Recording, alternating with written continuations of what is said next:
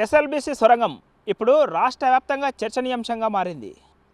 Project చేపట్టి 20 ఏళ్లు గడుస్తున్నా పూర్తి కాని పనులు, ప్రాణాలతో అరచేతులు పెట్టుకొని బిక్కుబిక్కుమంటూ పనులు చేస్తున్న కార్మికులు, ఎంతోమంది ప్రాణాలను గాల్లో కలుపుతున్న సొరంగం పనులపై 10 టీవీ గ్రౌండ్ రిపోర్ట్. సొరంగం దగ్గరికి మనం చేరుకున్నాము. సొరంగంలోకి ఎంటర్ అయ్యేటటువంటి ప్రాంతం ఏ విధంగా ఉంటుంది, సొరంగం లోపల ఏ విధమైనటువంటి సమస్యలు ఉంటాయి, సొరంగంలోకి వెళ్ళేటటువంటి మిషనరీలు ఏ విధంగా ఉంటాయనే దాని గురించి తెలుసుకుందాం. మనము సొరంగంలోకి వెళ్ళేటటువంటి క్రమంలో లోపల పనిచేస్తున్నటువంటి సిబ్బందికి పూర్తి స్థాయి సొరంగాలు ఏ విధంగా అంటే పూర్తిగా చీకటిగా ఉంటుంది, గాలి కూడా లోపలికి వెళ్ళే అవకాశం లేనటువంటి సొరంగాలతో నిర్మాణం చేపడుతున్నారు. అయితే ఈ క్రమంలో సొరంగం లోపలికి వెళ్ళడానికి ఒకటి ఆక్సిజన్ ఇక్కడ మనకు పైప్ అయితే కనిపిస్తుంది. దీని గుండానే లోపల పనిచేస్తున్నటువంటి కార్మికులకు పూర్తి స్థాయిలో ఆక్సిజన్ అందించడానికి అవకాశం ఉంటుంది.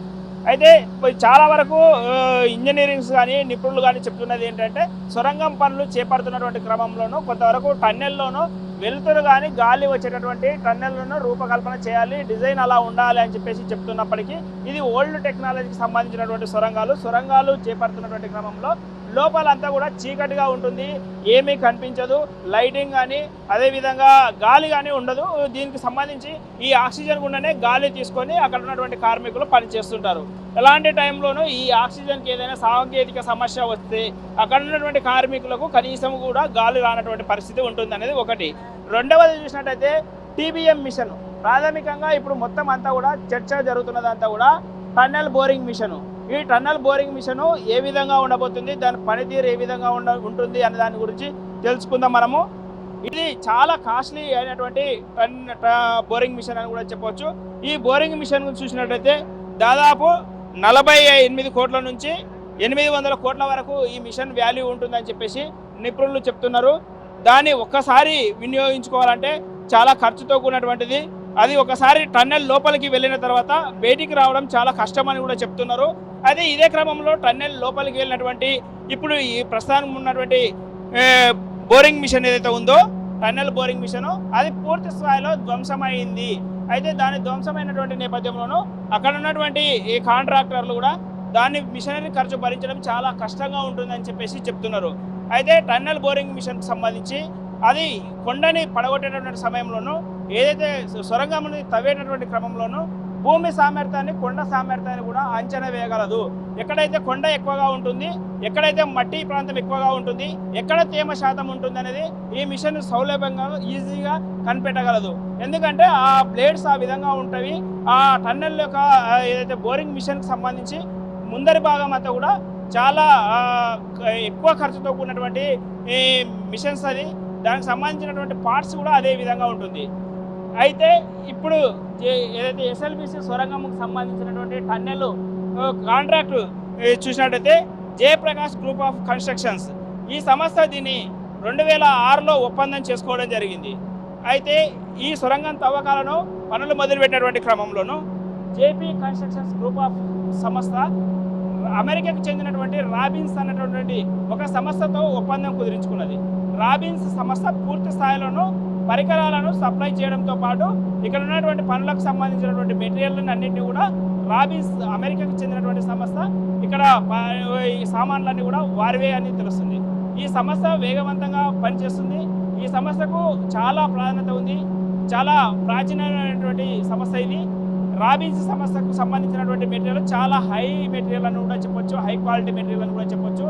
అయితే అలాంటి ఘటనలలోనూ ఇప్పుడు టన్నెల్లో ఏదైతే లోపల ఉన్నటువంటి బోరింగ్ మిషను పూర్తిగా దెబ్బతిన్నది. ఈ క్రమంలోనూ కాంట్రాక్టర్లు చేతులు ఎత్తేసే పరిస్థితి కూడా కనిపిస్తుంది. ఇప్పటికే జేపీ కన్స్ట్రక్షన్కి సంబంధించినటువంటి వారు ఇక పనులు కొనసాగించడం కష్టము అన్నటువంటి సమాచారం అయితే మనకు అందుతుంది. ఒకవేళ జేపీ కన్స్ట్రక్షన్స్ వాళ్ళు ఇలా చేతులు ఎత్తేస్తే ఈ టన్నెలకు సంబంధించినటువంటి పనులు ఏ విధంగా ముందు కొనసాగుతారనేది ఇప్పుడు ప్రశ్నార్థకరంగా మారింది. సొరంగం పనులు చేపట్టాలంటే అత్యంత కీలకమైనది అందులో కన్వేయర్ బెల్ట్. ఈ బెల్ట్ సహాయంగానే లోపల జరుగుతున్నటువంటి ఏదైతే సొరంగాన్ని పడగొడుతున్నటువంటి సమయంలోనూ అక్కడ ఉన్నటువంటి వేస్టేజ్ మెటీరియల్ అంతా, రా మెటీరియల్ అంతా కూడా ఈ కన్వేయర్ బెల్ట్ గుండా బయటికి పంపడానికి అవకాశం ఉంటుంది. ఇది ఈ సొరంగం పనుల్లో అత్యంత కీలకమైనటువంటి కన్వేయర్ బెల్ట్ అని కూడా చెప్పవచ్చు. కన్వీనర్ బెల్టు దాదాపు ఎస్ఎల్బిసి సొరంగంలోను 44 కిలోమీటర్ల ఈ సొరంగంలోను ఈ కన్వీనర్ బెల్ట్ ఇక్కడ మనకి కనిపిస్తుంది. చాలా లెదర్తో కూడినటువంటి బెల్ట్, చాలా మందంగా ఉంటుంది. మిషన్స్ కూడా చాలా కెపాసిటీ కూడినటువంటి మిషన్స్ గుండా ఈ వేస్టేజ్ మెటీరియల్ అంతా కూడా పైకి పంపడానికి అవకాశం ఉంటుంది. అయితే ఈ కన్వీనర్ బెల్ట్ని చూసినట్టయితే దాదాపు 44 కిలోమీటర్ల వరకు అంటే 36 కిలోమీటర్ల వరకు కూడా ఈ పనులు అయినాయి. 36 కిలోమీటర్ల నుంచి సొరంగాన్ని పడగొట్టినటువంటి ప్రతి వేస్టేజ్ మెటీరియల్, రా మెటీరియల్ ఈ బెల్ట్ గుండా బయటికి తీసుకొచ్చినది. అక్కడ మనకి పని జరిగినప్పుడు అక్కడ వేసినటువంటి వేస్టేజ్ మెటీరియల్ సొరంగం ద్వారా ఏదైతే అక్కడ కూల్చినటువంటి సమయంలోనూ అక్కడ వేస్టేజ్ మెటీరియల్ అంతా కూడా మనకు అక్కడ ఒక కుప్ప కనిపిస్తుంది. అక్కడ అలా పోస్తుంది, దాని నుంచి మిషన్ సహాయంతో ఆ వేస్టేజ్ అంతా కూడా అక్కడ వేస్తుంది. అయితే ఈ క్రమంలో ఈ బెల్టు చాలా అత్యంత కీలకంగా మారింది. ఈ ఎస్ఎల్బిసి ఘటనలో 8 మంది చిక్కుకున్నటువంటి క్రమంలోనూ అక్కడ ఈ బెల్ట్ మీదనే సొరంగం అంతా కూడా కుప్పకూలడంతో ఈ బెల్ట్ అంతా కూడా అక్కడ తెగిపోవడంతో అక్కడ నుంచి పని అంతా కూడా ఆగిపోయిందని కూడా తెలుస్తుంది మనకు. అయితే ఈ బెల్ట్పై పెద్ద ఎత్తున కూడా చర్చ జరిగింది. కన్వీనర్ బెల్ట్ చాలా పనిచేసి ఉంటే అక్కడ ఉన్నటువంటి వేస్టేజ్ అంతా కూడా నీరు, బురద అంతా కూడా అక్కడ ఉన్నటువంటి మెటీరియల్ అంతా కూడా ఈ దాని ద్వారా పంపించే అవకాశం ఉండేది. కానీ ఈ కన్వీనర్ బెల్ట్ ఇంతవరకు పనిచేయలేదు. సో అక్కడ పనిచేస్తున్నటువంటి క్రమంలో లోపల ఉన్నటువంటి రెస్క్యూ టీంకి చాలా సమస్య తలెత్తింది. దాంతో వాళ్ళు లోకా ట్రైన్ అనేది ఒకటి ఉంటుంది, మినీ ట్రైను. ఆ ట్రైన్ గుండా అక్కడ ఉన్నటువంటి వేస్టేజ్ మెటీరియల్ అంతా కూడా బయటికి పంపి అక్కడ ఉన్నటువంటి ఈ శిథిలాలంతా కూడా వాటి ద్వారానే పంపడం జరిగింది. దీనికి చాలా సమయం పట్టింది. ఒకవేళ నిజంగా కన్వీనర్ బెల్ట్ కూడా పనిచేసి ఉంటే ఈ బెల్ట్ పనిచేసి ఉంటే 2 రోజుల్లో కేవలము అక్కడ ఉన్నటువంటి వేస్టేజ్ మెటీరియల్ అంతా బయటికి పంపి అక్కడ జరిగినటువంటి ఘటనల నుంచి తొందరగా బయటపడే అవకాశం ఉండేది.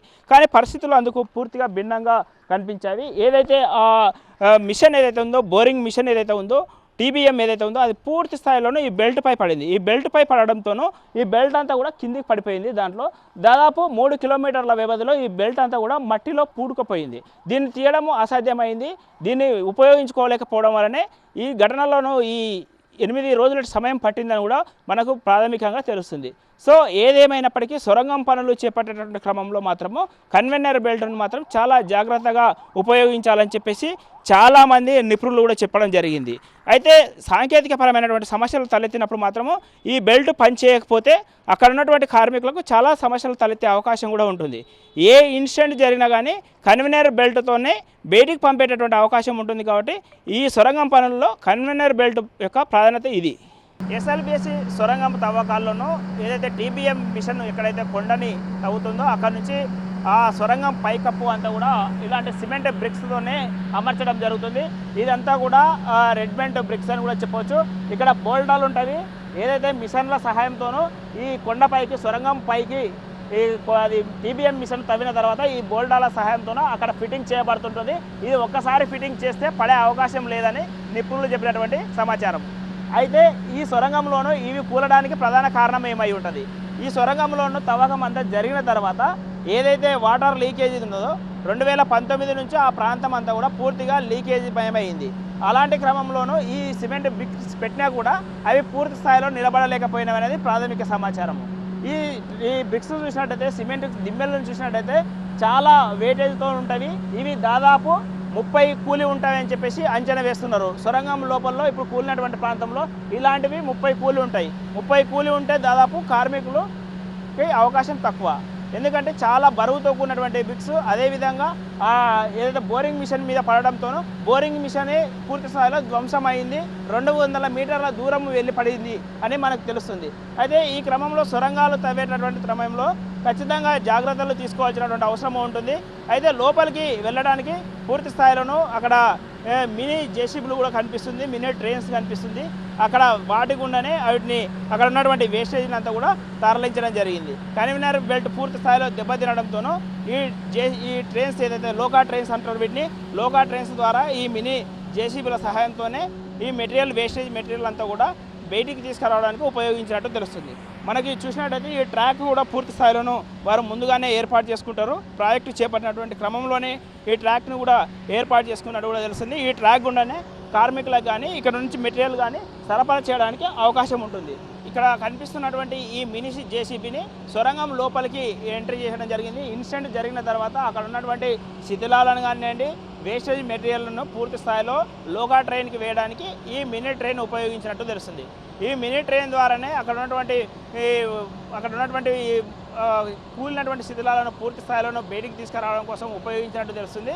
అయితే ఈ క్రమంలోనూ ఏదైనా ఇన్సిడెంట్ జరిగితే లోపలికి వెళ్ళడం చాలా కష్టంగా ఉంటుంది. సొరంగం లోపల పూర్తి స్థాయిలోనూ శిథిలాలన్నీ కూడా కూలి ఉన్నటువంటి పరిస్థితి అయితే కనిపిస్తుంది.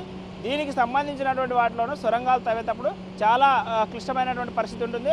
అదేవిధంగా జాగ్రత్తలు కూడా అలాగే తీసుకోవాల్సినటువంటి అవసరం ఉంటుంది. దీంతో మొత్తానికి ఏదేమైనప్పటికీ ఈ కన్వీనర్ బెల్ట్ పూర్తి స్థాయిలో పనిచేయకపోవడం వల్లనే ఇలాంటి ప్రయోగాలకు మాత్రమే నిపుణులు వాడినట్టు కూడా తెలుస్తుంది. ఎస్ఎల్బిఎస్సి సొరంగము నిర్మాణం చేపట్టి దాదాపు 20 ఏళ్ళు గడుస్తుంది. 20 ఏళ్ళు గడిచినా కానీ ప్రాజెక్టు పనులు మాత్రం పూర్తి కాలేదని కూడా చెప్పవచ్చు.